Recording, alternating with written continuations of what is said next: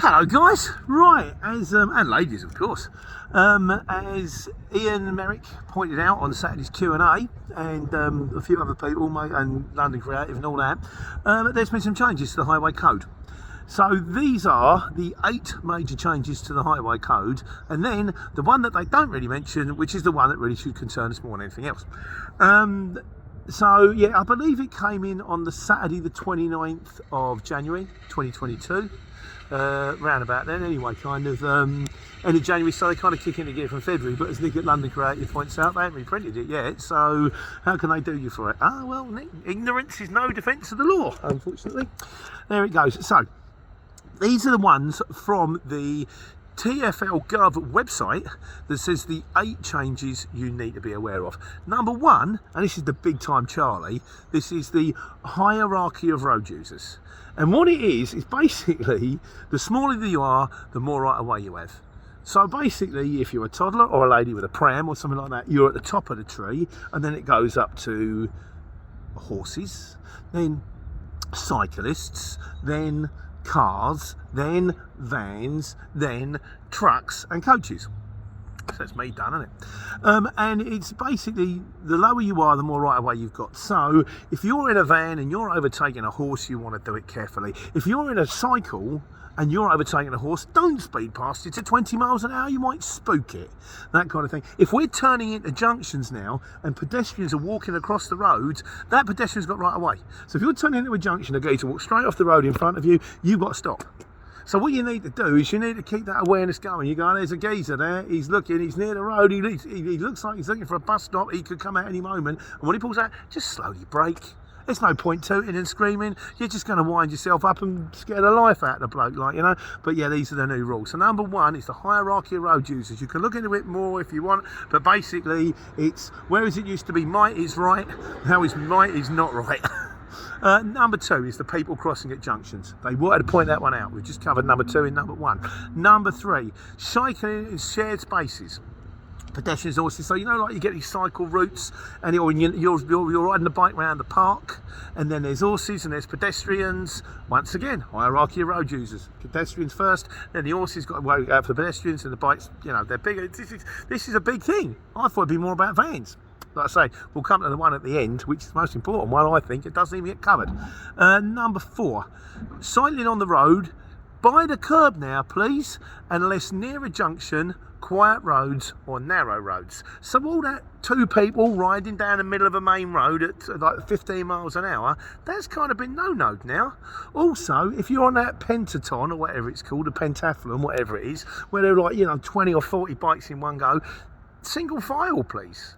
Unless you're going to be so long that people can't overtake you, or if you've got kids in. So if you've got kids, you've got the kids on the inside, you want to ride on the outside to protect the kid, that's fine. But they're kind of going, it's basically common sense for everybody, and they're not just saying all you cars, all your vans, you've got to give way to the cycles. A lot of it's right, okay, guys on bikes, you're no longer holier than thou. You've got to use your noodle here, like, you know. Not saying there's anything wrong with cycling. I did my knowledge on a bike. That's a long story.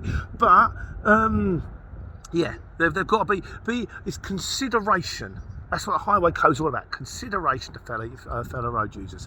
Right, and so with the cycling in groups, basically, it's 2 abreast, except for when large groups and kids.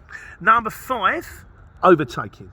Overtaking rules, again, things that we should obey anyway. To 1.5 metres, 2 metres if you can.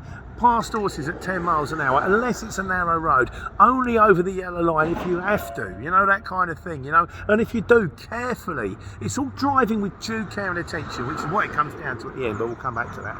So, overtaking, there's a big bit on that. Number 6, cyclists at junctions, unless it's got special dispensation, you know, like sometimes you've got the little green bike light comes on before the green light comes on, you're in a car. So all that sitting at a junction, I can see the road's clear, I'm just going to go across for the red light because I'm on a bike. No. They'll have you for that.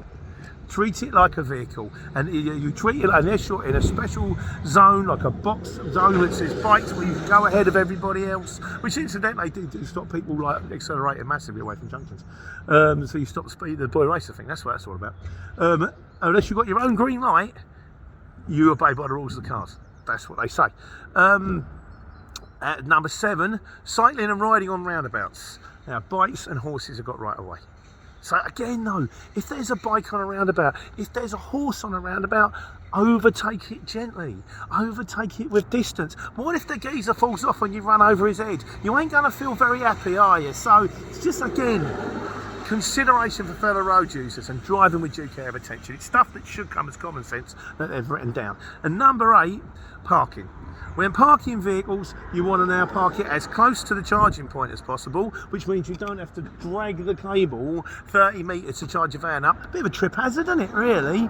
Things you should do. And also they said the Dutch, this is interesting, the Dutch reach when opening. So when you're getting out your car, you should, rather than like going with your right hand, come over with your left hand. Because as you come over with your left hand and open the door, you automatically look over your shoulder. And that way you've got less chance of opening the door, getting out and getting knocked down by a passing bus. Now these are the 8 things that the government website wanted to draw your attention to. The one I want to draw your attention to is mobile phones. Because when we're on it all the time, we're on the exchange, we're on the job, you're on the sat nav, people are ringing you, where are you? You're on a mobile phone. Now, it is illegal, and has always been illegal, to hold your phone and make a call or messages while driving. It is now illegal, and it should have been a long time ago, to do anything with your phone while driving. So it's not, you know, there were people getting away with it going, well, I was video, apparently there's a lot of video in. Now I have done videos when I'm driving, but I have got cameras and I have got cradles and things kicked around the truck. So I can actually press record, drive. And then when I get there, I can stop, or I can pull over and stop, and then I can edit it later. So I'm not sitting there with my phone going, yeah, all right, Barry, how you doing? Because that's just an accident waiting to happen. But now it's don't touch your phone while you're driving, which you shouldn't do anyway. But this is a bit of a grey area because I've Googled it and it says, right, so this is what we got from the Google. I've got it written on a piece of paper which I've stuck at the back of the track. It is illegal to use a handheld device under virtually any circumstance while driving. So that's handheld. But if it's in a cradle, which it should be anyway, that's a different matter. While it is already illegal to make a text or a phone call, except other than an emergency, using a handheld device while driving, except drive-throughs. You obviously can do a drive-through, you're doing 2 miles an hour at McDonald's and you want to pay, you pick your phone up. If the policeman behind you goes, you use your phone while driving, it's like, I want to pick up me Big Mac and fries, mate. I'm literally practically stopped, like, you know, they've said, yeah, that's fine. Now, phones and credit cards, you can use that in the drive-through. It could be argued that the filming was an accident. This is now a big no. Right, are mobile phones legal? Are mobile phone holders in car legal? According to Google, the answer to the initial question is yes. It is legal to mount your phone in the car, but you must use common sense and exercise caution when it comes to placing it correctly, and do not interact while your phone was driving. So again, it's driving with due care and attention. Don't put it bang in the middle of your windscreen for a start with a suction pad. They can have you for that. On the dashboard, your whole windscreen should be clear. That also goes for curtains, tassels, and metal plates that say Emirates on it. Gordon, who's one of our drivers. In fairness, the guy that taught me to drive, we actually went down to test centres. There were bulldogs, scarves, cushions. And he went, oh no, they told me I've got to move it. I don't care. They didn't.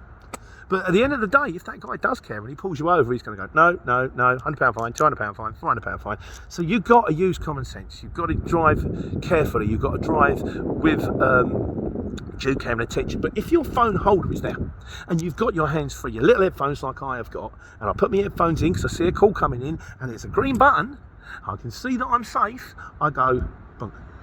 So I have touched my phone while driving while it was in the cradle, but I made sure I was safe and I've done it to a minimal thing. As Nick, London Creative, again points out, he says the highway code says that I have to have 2 hands on the steering wheel at all time. Unless, basically, it does say, unless so what, you've got to drive in first gear in manual all the time?